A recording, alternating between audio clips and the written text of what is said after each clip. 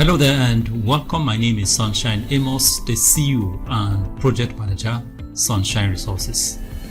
In this video, I'll be talking about how to determine the expiring date of your soap product. I'll take you through the process of what you need to do when determining the expiring date of your soap product.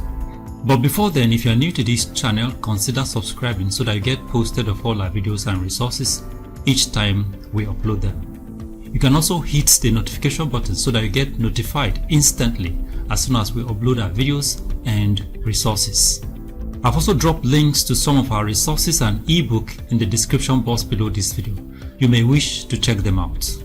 Now, as a soap manufacturer, part of your requirement is to print on the label of your product the expiring date of your product, among other very important information about your product.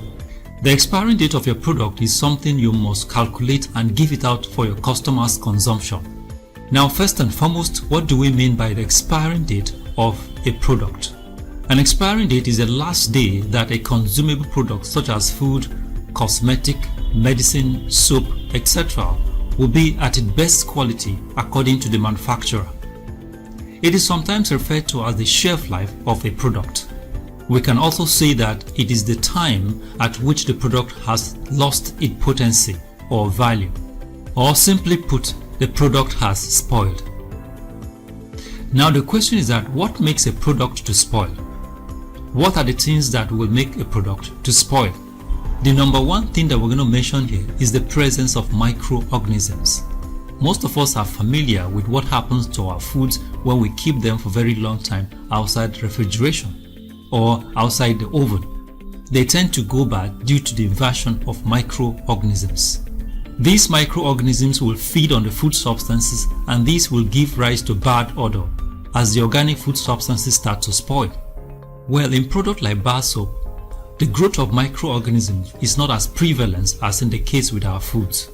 This is the reason why products like soap remain potent for a very long time if not disturbed.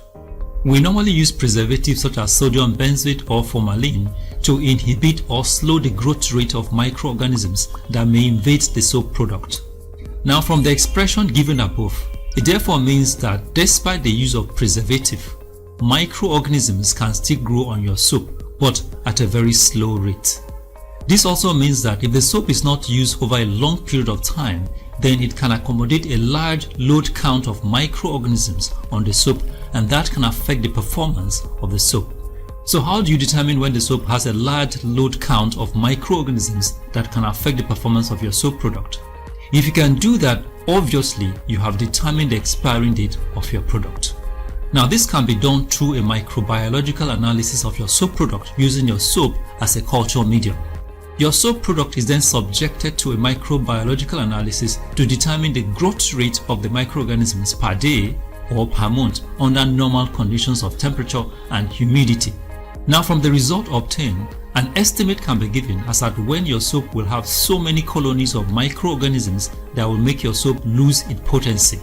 Please bear in mind that the expiring date of your product is an estimated period of time based on the microbiological experiment you have done. But it is important to let your consumers know this so that they do not keep the product for their grandchildren. Now, other ways by which product can spoil is through oxidation. Well, this may look like a very technical term. For those of you who studied chemistry, oxidation simply means addition of oxygen to a substance. It might interest you to know that oxygen is a gas found in the atmosphere. It constitutes about 21% of atmospheric gases. The excess superfat in your soap can combine with oxygen in the air in the presence of bacteria and can make your soap to start smelling bad. So how can this be prevented? Package and make your soap airtight. This is to prevent oxygen from contacting your soap product.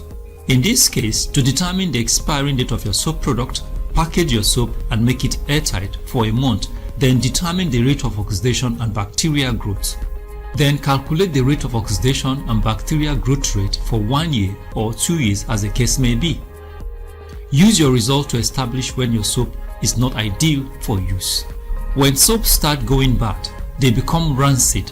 This is because the oxidation process converts the superfat into ketones. A ketone is a new brand of compound formed due to the oxidation process, and ketones generally have bad odor.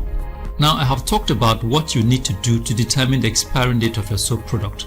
It is important to say here that it is not a one-stop process, but a series of processes to carry out. You can hire the services of professionals to do it for you. Please bear in mind also that as a soap manufacturer, as soap products get older, it can also deteriorate by losing its fragrance. Fragrance used in soaps are called essential oils. Essential oils are volatile liquids. In other words, they vaporize easily. Your soap may lose its fragrance if kept for a long time. You should also be able to estimate the length of time that your product may maintain its fragrance. Fragrance is very important in products like soap because it is part of the branding measures. Soap with good fragrance tend to attract customers. So what do you think will happen if the fragrance is no longer there? It loses its admirers. So thank you very much for watching, and God bless you. If you like this video, give us a thumbs up and subscribe to our YouTube channel. You can visit our website on www.sunshineresources.org.ng. You can visit our YouTube channel on youtube.com/@sunshineresources_SRTV. You can also follow us on our Facebook page on Sunshine Resources.